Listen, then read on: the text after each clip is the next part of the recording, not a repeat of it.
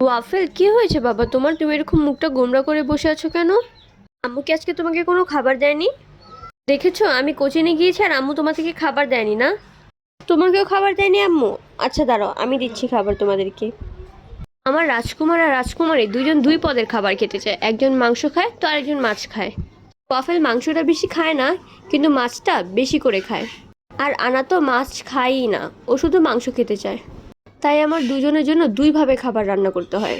অ্যানার মাছ favourite আর ওয়াফেলের মাংস favourite. আমি সবসময় ওদের খাবার রান্না করে ব্লেন্ড করে তারপরে ওদেরকে দুপুরের খাবারটুকু দিয়ে আমি ফ্রিজে রেখে দিই।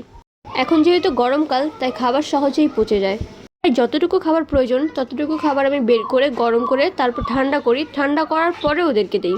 খাবারের পুষ্টি বৃদ্ধি করার জন্য আমি এখানে মিশিয়ে দিচ্ছি বিড়ালের হরলিক্স। ইতিমধ্যে আমার খাবার দিতে দেরি হচ্ছে দেখে আমার ওয়াফেল কিন্তু চলে গিয়েছে। ওর না ধৈর্য শক্তি একটু কমই।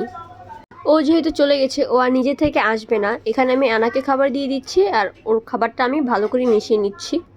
এখন আমি ওয়াফেলকে খাবার দিব। কিছুদিন ধরে আমি খেয়াল করছি আমার ওয়াফেলটার স্বাস্থ্য কমে যাচ্ছে। আর সেটার কারণ হচ্ছে ও একদমই খেতে চায় না। এই যে আমাদের মহারাজার খাওয়া শেষ। মহারাজা এতক্ষণ খাওয়ার জন্য কান্নাকাটি করেছে, এখন ওর একটু খেয়ে পেট ভরে গিয়েছে।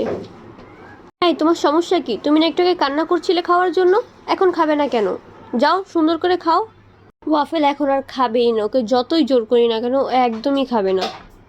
আর কি করবে, একটু পর পর আনাকে গিয়ে ডিস্টার্ব করবে যাতে আনাও না খায়। আচ্ছা, আজকের ভিডিওটা আর বড় করবো না, এই পর্যন্ত কি থাক। আবারও দেখা হবে নেক্সট কোনো ভিডিওতে, ততক্ষণের জন্য আল্লাহ হাফেজ।